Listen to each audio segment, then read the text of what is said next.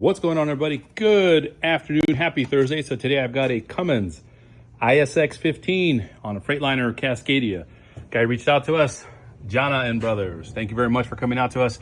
We're going to be doing an injector replacement, which we already did. So what I'm going to show you guys, hopefully very simple. It should be. If you're replacing an injector, you're going to have injector right here.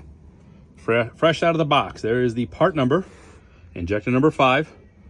At the very bottom, the W3K, if I'm not mistaken, that is going to be the injector trim code. The top number, 2897320PX. That's going to be the number that's going to be on the actual injector itself for the part number. I don't know why it varies from the box to the injector. But anyway, we're going to go ahead and have our program. Look at that. By default, I'm so used to opening up the Detroit one.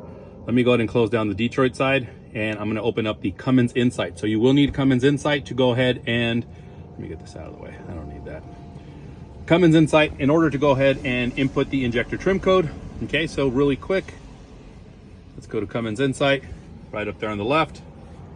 We're gonna open up Insight. That takes a while to open up, so I'm gonna make this as quick and painless. All right, guys, so we're back. I went ahead and opened up the Cummins Insight. You're gonna need to go to Advanced ECM Data. You're gonna go to the bottom left or middle left, High Pressure Common Rail Injector Setup.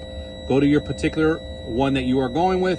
And here we're gonna do number 5, if you can see that there. I'm gonna go ahead and input that code. Once you went and input the code, okay, new barcode, you're gonna go to your bottom right. You're gonna scroll down just a little bit. You wanna go ahead and apply.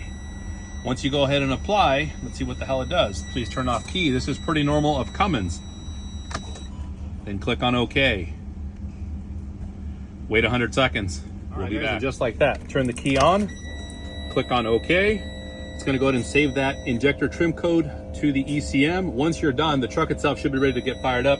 Should not have any issues there. Sometimes there's a little bit of a pop-up.